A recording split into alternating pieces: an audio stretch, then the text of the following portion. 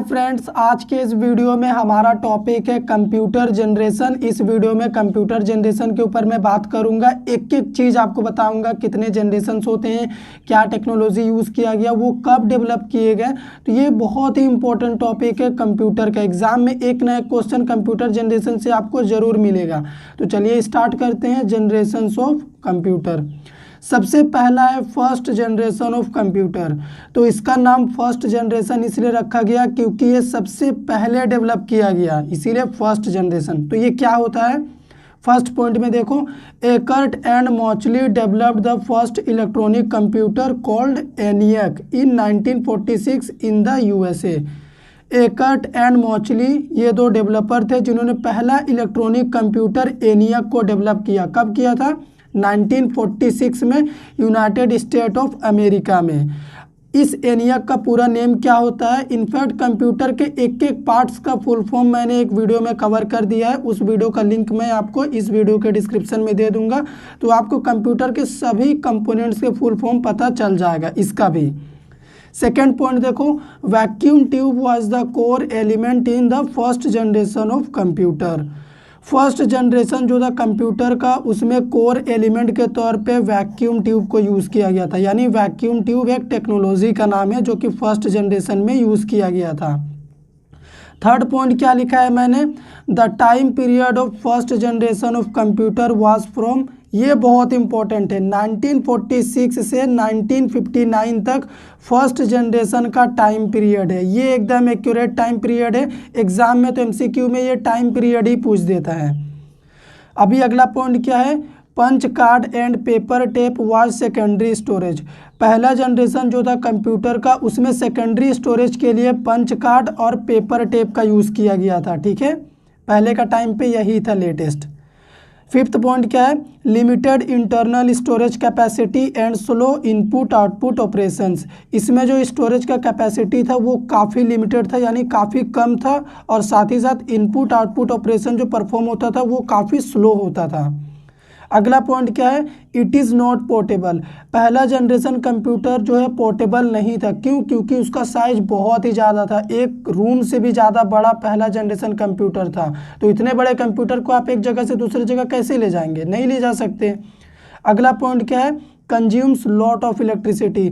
और जो पहला जनरेशन कंप्यूटर था वो बहुत ज़्यादा इलेक्ट्रिसिटी लेता था क्योंकि उसका साइज काफ़ी बड़ा था, बहुत बड़ी बड़ी मशीनें लगी थी जो कि बहुत ज़्यादा पावर लेती थी। अगला पॉइंट क्या है, machine code used for S programming language. पहला जनरेशन में प्रोग्रामिंग लैंग्वेज के लिए मशीन कोड को यूज़ किया गया था। यहाँ पे आप ये कह सकते हैं कि जो पहला जनरेशन था कंप्यूटर का वो केवल मशीन लेवल लैंग्वेज को ही सपोर्ट करता था। तो यहाँ पे देखो, फर्स्ट जनरेशन में जितने भी कंप्यूटर डेवलप किए गए उनके नाम, पहला था हमारा ENIAC, इसके बाद ADVIAC, ADSAC, उसके बाद UNIVAC। इनका भी फुल फॉर्म क्या होता है मैंने उसी वीडियो में बताया है, तो उस वीडियो को आप देखेंगे तो इनका पूरा नेम आपको पता चल जाएगा। अभी चलिए second generation of computer discuss करते हैं। अभी यहाँ पे देखो, सेकेंड जनरेशन ऑफ कंप्यूटर का फर्स्ट पॉइंट क्या है, the second generation of computers are IBM 700, Atlas and ICL 1901। तो ये 1901 वर्जन है, ठीक है। जैसे यहाँ पे IBM 700 एक वर्जन है, तो ये तीनों सेकेंड जनरेशन कंप्यूटर के नेम हैं। सेकेंड पॉइंट क्या है, transistor was the core element in second generation of computer. Second generation of computer का कोर एलिमेंट का नेम क्या है? ट्रांजिस्टर है। एग्जाम में ये भी पूछता है कि सेकेंड जनरेशन जो कंप्यूटर है उसका कोर एलिमेंट क्या है, तो आपको ट्रांजिस्टर बोलना है। थर्ड पॉइंट क्या है, the time period of second generation of computer was from 1959 से 1965 तक। जहाँ पे पहला ख़त्म हुआ वहीं पे दूसरा स्टार्ट हुआ, और ये 65 तक जा रहा, ठीक है। ये टाइम पीरियड भी याद रखिएगा। अपना अगला पॉइंट है, tapes and magnetic disk was used for secondary storage. Secondary storage के लिए सेकेंड जनरेशन में टेप्स और मैग्नेटिक डिस्क को यूज़ किया गया था। Next point, high level procedural language Fortran and COBOL were used. अपना सेकेंड जनरेशन जो कंप्यूटर का है जो था, मतलब उसमें फोर्ट्रैन और कोबोल प्रोग्रामिंग लैंग्वेज को यूज़ किया गया था। हाई लेवल प्रोसीड्यूरल लैंग्वेज है ये दोनों, ठीक है। नेक्स्ट पॉइंट है required less power to operate. अपना सेकंड जनरेशन कंप्यूटर को ऑपरेट करने के लिए कम पावर लगा था। कम पावर लगा था किसके मुकाबले? फर्स्ट जनरेशन के मुकाबले। ठीक है, तो ये हो गया इसका बहुत बड़ा एडवांटेज। अगला पॉइंट क्या है? Smaller, reliable and faster than first generation of computer. और ये फर्स्ट जनरेशन के मुकाबले काफ़ी छोटा था, भरोसेमंद था, रिलायबल, और इसका स्पीड भी काफ़ी ज़्यादा था। किसके मुकाबले? पहले जनरेशन के मुकाबले। लास्ट पॉइंट क्या है? Magnetic core was used for primary storage. Magnetic core को प्राइमरी स्टोरेज के रूप में यूज़ किया गया था इस जनरेशन में। तो यहाँ पे जब भी सेकेंड जनरेशन का बात होता है ना, तो सेकेंड जनरेशन में कुछ नया चीज़ इम्प्लीमेंट हुआ है, और पुराना वाला पहला जनरेशन को तो सारा चीज़ ये सपोर्ट ही कर रहा है। तो अगर आप थर्ड जनरेशन में जब हम आपको बताएंगे तो उसमें आप समझिएगा कि फर्स्ट और सेकंड का सारा चीज़ उसमें ऑलरेडी है और कुछ इसमें एक्स्ट्रा है, तभी तो वो थर्ड जनरेशन बना। तो गाइस यहाँ पे थर्ड जनरेशन ऑफ कंप्यूटर बताने से पहले आपको मैं ये बोल देता हूँ कि थर्ड जनरेशन में ही छोटे छोटे मिनी कंप्यूटर्स बनाना स्टार्ट हो गया था। ये फिगर आपको दिखता ही होगा।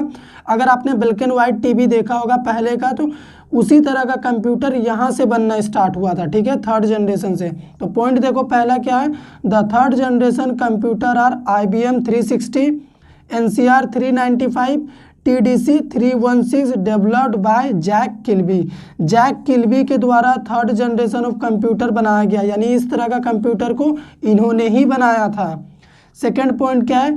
Integrated circuits was the core element in third generation of computer. अपने थर्ड जनरेशन में कोर एलिमेंट के तौर पे इंटीग्रेटेड सर्किट को यूज़ किया गया था ना, यानी ICS को, शॉर्ट फॉर्म में ICS होता है। थर्ड पॉइंट क्या है? The time period of third generation of computer was from 1965 से 1971। यही इसका टाइम पीरियड था थर्ड जनरेशन का। फोर्थ पॉइंट क्या है? Magnetic disk was used for secondary storage. इसमें मैग्नेटिक डिस्क को सेकेंडरी स्टोरेज के लिए यूज़ किया गया था थर्ड जनरेशन में। ठीक है। फिफ्थ पॉइंट क्या है? Development of mini computers.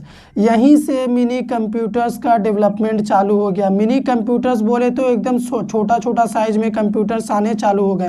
पहला और सेकेंड जनरेशन में कंप्यूटर का साइज इतना बड़ा होता था कि एक रूम से भी ज़्यादा बड़ा होता था, लेकिन थर्ड जनरेशन से मिनी कंप्यूटर्स आने लगे जो आज तक हम यूज़ करते हैं। अपना अगला पॉइंट क्या है? इन this generation operating system was developed. इसी जनरेशन में ऑपरेटिंग सिस्टम का कॉन्सेप्ट भी डेवलप किया गया। तो यहाँ पे दो ऑपरेटिंग सिस्टम यूज़ किया गया था। पहला था रियल टाइम ऑपरेटिंग सिस्टम और दूसरा था मल्टी प्रोग्रामिंग ऑपरेटिंग सिस्टम। ठीक है, तो ये दो ऑपरेटिंग सिस्टम यहाँ पे यूज़ किया गया था और ऑपरेटिंग सिस्टम का कॉन्सेप्ट यहीं पे आया था। तो एग्जाम में इस तरह से भी पूछ देगा कि ऑपरेटिंग सिस्टम किस जनरेशन में लाया गया था, तो आपको थर्ड जनरेशन बोलना है। अगला पॉइंट क्या है? Smaller than second generation. ये सेकेंड जनरेशन के मुकाबले काफ़ी छोटा था साइज में। ठीक है। नेक्स्ट पॉइंट है high level programming languages like Fortran 2 से फोर्ट्रेन 4 तक, कोबोल, पास्कल, PL1, एल्गल 68, ये सभी प्रोग्रामिंग लैंग्वेज यूज़ किया गया था थर्ड जनरेशन कंप्यूटर को बनाने के लिए। तो थर्ड जनरेशन कंप्यूटर में और क्या इम्प्रूव किया गया? इसका जो मेमोरी का कैपेसिटी था उसे बढ़ाया गया। पहले और सेकेंड जनरेशन में मेमोरी इतना कम होता था कि थोड़ा सा काम करने से भर जाता था, लेकिन इसमें थोड़ा सा मेमोरी को भी मैनेज किया गया और साथ ही साथ इसका साइज भी कम किया गया, यानी मिनी कंप्यूटर्स बनाया गया। तो अभी चलिए हम आपको फोर्थ जनरेशन बताते हैं। फर्स्ट पॉइंट क्या है फोर्थ जनरेशन कंप्यूटर का? The fourth generation computers are DEC 10, star 1000 etcetera. तो ये दोनों कंप्यूटर के नेम हैं फोर्थ जनरेशन वाले कंप्यूटर के। ठीक है, नेम भी याद रखिएगा, एग्जाम में कभी नेम से भी पूछ देता है। सेकंड पॉइंट क्या है? लार्ज स्केल इंटीग्रेटेड सर्किट्स, यानी LSICS was the core element, और very large scale integrated circuits भी इसी का ही कोर एलिमेंट है। यानी फोर्थ जनरेशन में दो कोर एलिमेंट यूज़ किया गया, एक LSICS और एक VLSICS। तो इस कोर एलिमेंट के चलते ही कंप्यूटर जनरेशन बदलता गया, यानी कंप्यूटर की नई नई पीढ़ी आती गई, क्योंकि यही तो टेक्नोलॉजी है। जब टेक्नोलॉजी ही चेंज कर देंगे तो अपने आप तो जनरेशन चेंज हो जाएगा। अगला पॉइंट क्या है, the time period of fourth generation computer was from 1971 से 1985। ये इसका टाइम पीरियड है 14 ईयर्स का। Semiconductor were used for primary storage. Fourth generation of computer में सेमी कंडक्टर को प्राइमरी स्टोरेज के रूप में यूज़ किया गया, ठीक है, मेमोरी के तौर पे। अगला पॉइंट क्या है, डेवलपमेंट ऑफ माइक्रो कंप्यूटर और पीसी मतलब पर्सनल कंप्यूटर। फोर्थ जनरेशन में ही माइक्रो कंप्यूटर आ गया था, यानी मिनी कंप्यूटर से भी छोटा कंप्यूटर। आज जो हम यूज़ कर रहे हैं वो हमारा माइक्रो कंप्यूटर ही है, जिसे आप पर्सनल कंप्यूटर यानी पीसी भी बोल सकते हो। तो उसका साइज तो आपने देखा ही होगा कितना बड़ा रहता है, डेस्कटॉप। अगला पॉइंट क्या है, इन this generation micro processor used.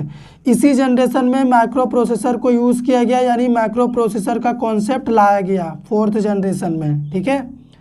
Seventh point क्या है, high level languages like C plus plus and DBMS used in this generation.